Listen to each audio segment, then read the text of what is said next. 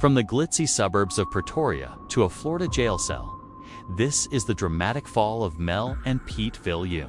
Once known as the power couple of South African reality TV, they lived a life of ultimate luxury and high-profile fame. But behind the Tammy Taylor Nails empire and the luxury cars lay a trail of controversy and serious legal allegations. Mel and Peet Viljoen became known to the public through the Real Housewives of Pretoria. They presented themselves as a glamorous, successful couple, and later, on social media, they showcased a luxurious new life in the United States. They claimed they left South Africa for safety reasons and to pursue better opportunities abroad. But behind the scenes, things were not as perfect as they appeared. Before moving to the United States, Peet had worked as a lawyer in South Africa. But in 2011, he was struck off the roll and could no longer practice law. In the years that followed, Mel and Peet became involved in several public controversies linked to the Tammy Taylor Nails franchise. Their business dealings drew criticism and legal disputes, creating a complicated reputation long before their arrest in America. The couple entered the U.S. on B-2 tourist visas, which allow visitors to stay for a limited period. They settled into a high-end apartment in Boca Raton, maintaining their image with a sleek black Range Rover. According to Florida police, Mel and Peet were linked to a 6-month retail theft operation at public supermarkets in Boca Raton. Investigators say the couple committed 52 separate theft incidents, totaling more than $5,300, around $88,000 in South African currency. Police allege they used several methods. Ticket switching, that is scanning cheap barcodes for expensive items including San Pellegrino and La Marca Prosecco. Self-checkout manipulation, and walking out with full carts without paying.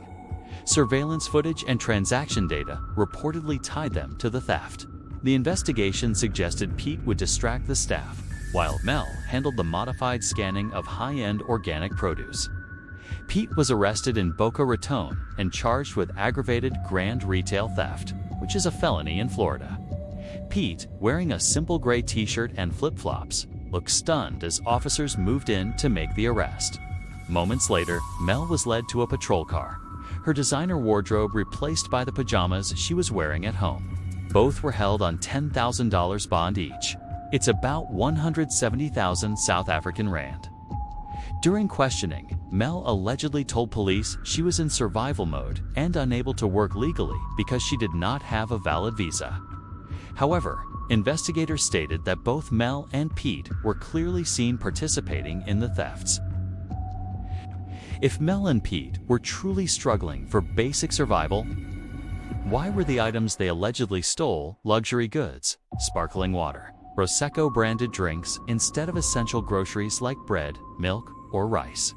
So what were they really struggling with? It also raises another question. Did Mel and Peet underestimate American law enforcement? Perhaps they assumed the police response would be similar to what they were used to in South Africa: non-existent, less coordinated, corrupt. South African police just don't care. But in the United States, retail theft is taken extremely seriously, and investigations are often backed by detailed surveillance, data tracking, and rapid police action.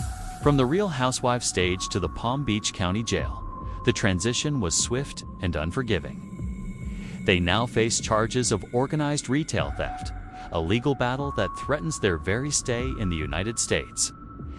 After their arrest, the U.S. Immigration and Customs Enforcement confirmed that the couple had overstayed their visas. They were transferred to immigration detention. Peet was held at the Baker County Detention Center, known as Alligator Alcatraz. Mel was held at the Broward Transitional Center. Both facilities have been criticized for harsh conditions and human rights concerns. The couple now faces removal proceedings, meaning they could be deported back to South Africa. The irony is palpable. A couple who once had everything, now risking deportation over the price of grocery store items. The American dream has become a legal nightmare, leaving the world to wonder, how did it all go so wrong? The public reaction was intense. Many South Africans expressed shock that a couple who portrayed a glamorous lifestyle online was allegedly involved in repeated shoplifting. Old social media posts resurfaced, including controversial statements made by Peet in the past, which added to the backlash. The contrast between their online image and the allegations created a wave of criticism and disbelief. The case is still unfolding.